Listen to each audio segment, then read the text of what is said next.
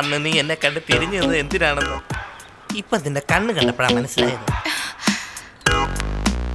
നിന്നെ കാണുമ്പോ എന്റെ മനസ്സിൽ 1000 പൂമ്പാറ്റകൾ ഇരിക്കാൻ സ്ഥലമില്ലാതെ പറന്നു കിടക്കും. നിന്റെ നാണം കാണുമ്പോൾ ഞാനൊരു കോളേജ് കുമാരനായി ഫുട്ബോളിൽ തൂങ്ങുന്ന പോലെ ഒരു നൂല് പൊട്ടിയ പട്ടം ദിശയേറിയാതെ കറങ്ങിത്തിരിഞ്ഞ് ഒരാപ്പിൾ മരത്തിൽ കുടുങ്ങി വീണ്ടും പറക്കുമെന്ന് ഞാൻ വിചാരിച്ചില്ല.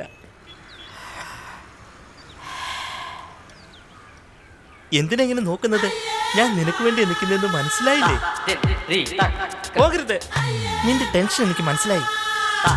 ഈ അപ്പാർട്ട്മെന്റിന്റെ സെക്രട്ടറി സ്ഥാനത്ത് നിന്ന് ഞാൻ നിന്നെ ശാസ്ത്രിക്കാം. നീ ഒന്നും പറയണ്ട, എനിക്ക് അവകാശമുണ്ട്. എന്നെ കണ്ട് നീ നാണിക്കുന്നതും